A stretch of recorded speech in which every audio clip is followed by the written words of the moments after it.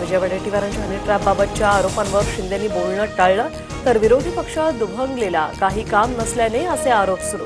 बावनकुळेंचं वडेट्टीवारांना प्रत्युत्तर।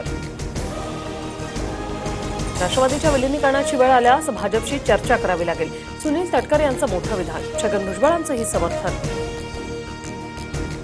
शेखर बँक सोसायट्यांना कर्ज देणार, सावकारी जाचातून बळीराजाची सुटका करण्यासाठी निर्णय। 20 जिल्हा बँकेच्या कार्यक्षेत्रातील सोसायट्यांना कर्ज पुरवठा होणार। गोंदिया जिल्ह्यात 6 महिन्यात 10 हत्या तर खुनाच्या प्रयत्नाच्या 12 घटना। वाढती गुन्हेगारी रोखण्याचं पोलिसांपुढे आव्हान।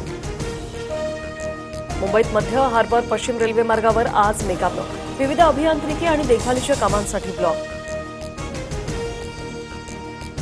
पुण्यातील कोथरूड, शिवाजीनगर, औंध परिसरातील पाणीपुरवठा आज बंद राहणार।